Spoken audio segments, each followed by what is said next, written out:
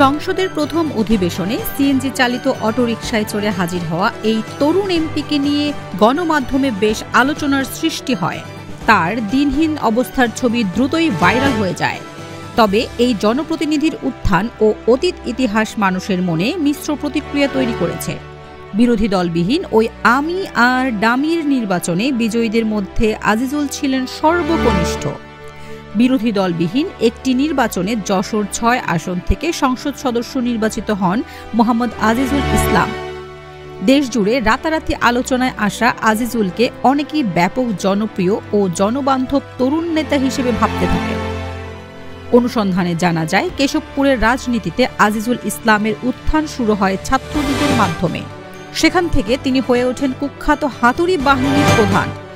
বাহিনীর সদস্যরা কোমরে গোঁজা হাতুড়ি নিয়ে নির্যাতন চালাতেন টার্গেট করা ব্যক্তিদের ওপর। কেশবপুরের মানুষের অভিযোগ, তাদের জীবনকে দুর্বিষহ করে তুলেছিল এই বাহিনী। তৎকালীন সংসদ সদস্য অধ্যক্ষ আব্দুল ওয়াহাব এবং পরে জনপ্রশাসন প্রতিমন্ত্রী ইসমত আরা সাদেকের ছত্রছায়ায় আজিজ ও তার বাহিনীর দৌরাত্ম্য বেড়ে যায়। ২০১০ সালে কেশবপুর বাজারে চাঁদার দাবিতে এক ব্যবসায়ীর ওপর হামলা ও তার মোটরসাইকেলে অগ্নিসংযোগ করে এই বাহিনী। একই ঘটনায় ছবি তুলতে গেলে হামলার শিকার হন সাংবাদিক রুহুল কুদ্দুস। আজিজুল ইসলামের বিরুদ্ধে এমন বহু ঘটনা শোনা যায়।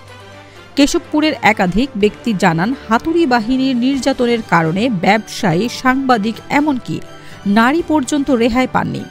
তাদের দেওয়া বর্ণনায় উঠে এসেছে, বাহিনীর প্রভাবে বাজারের দোকান খোলা থেকে শুরু করে মানুষের দৈনন্দিন কাজ পর্যন্ত বাধাগ্রস্ত হয়েছে। বিএনপি নেতাদের ওপরও চালানো হয় চরম নির্যাতন।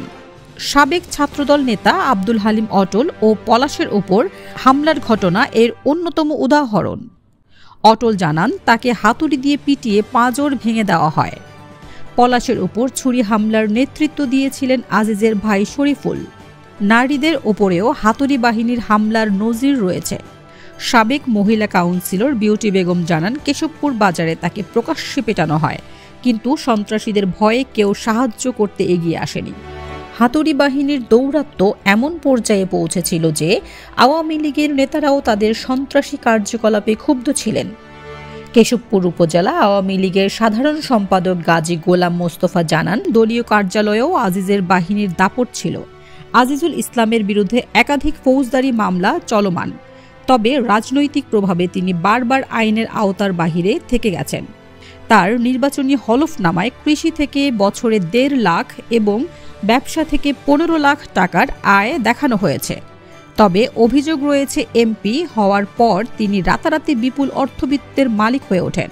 গণমাধ্যমে প্রচারিত খবর অনুযায়ী আজিজুল ইসলামের উত্থান কেশবপুরের সাধারণ মানুষের মধ্যে হতাশা তৈরি করেছে।